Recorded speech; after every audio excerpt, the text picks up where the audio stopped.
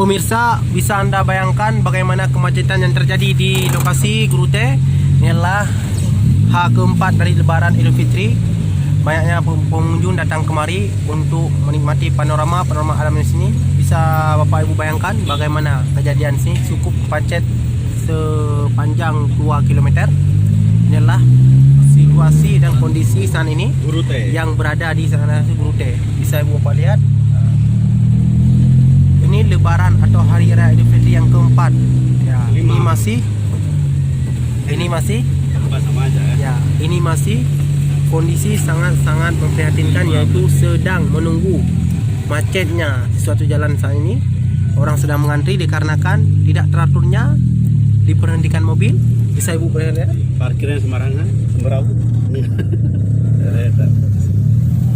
Bayangkan. Tidak bisa kita bayangkan.